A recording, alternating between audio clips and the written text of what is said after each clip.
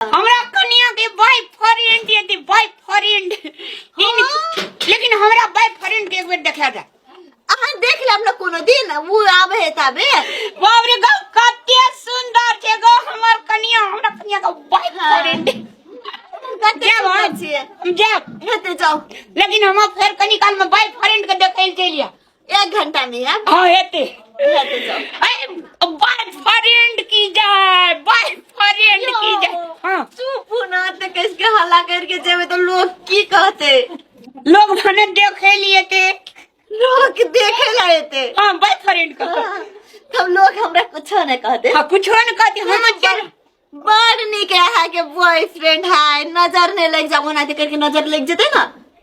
तो नजर नहीं लगे अखनी से ककरो न कहबे हम एटा जे बुझबे से बुझबे अहाँ एटा जे बुझबे से बुझबे हमरे बॉयफ्रेंड जे बुझते से बुझते बाप रे बाप बॉयफ्रेंड फ्रेंड बॉयफ्रेंड के चुप्पे चाप जाओ मुंह में तल्ला मार के जाओ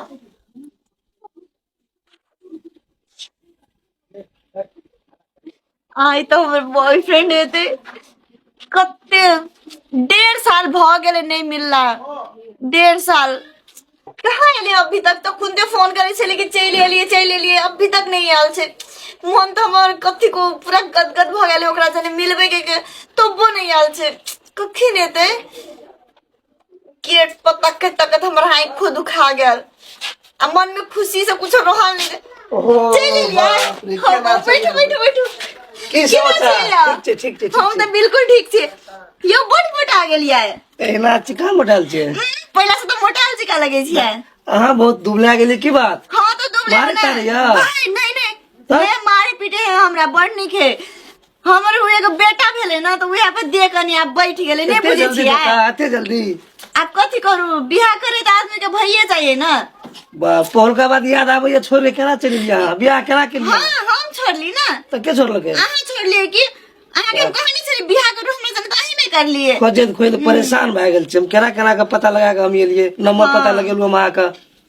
लो छोड़ पहल का बात सब झकास लगे छी देखेला बात छोड़ दिया आप तो मन आप आके नहीं छोड़ब हम जे हेते देखल जेते मतलब आप कहि की जाय छी अब लाके चल जा बता सो आका हम नहीं जाब हमर घर वाला बड़ निक है हमर सासो बड़ निक है एगो बेटो भ गेला लोग की कहते हमरा जब में कोई थूकर कनिया के बॉयफ्रेंड की जाए बॉयफ्रेंड की जाए की भेले पागल के छे हे पागल छी ई हमर घर वाला छी बतरू की बियाह यार के बॉयफ्रेंड ना लोग अब सुन बाप रे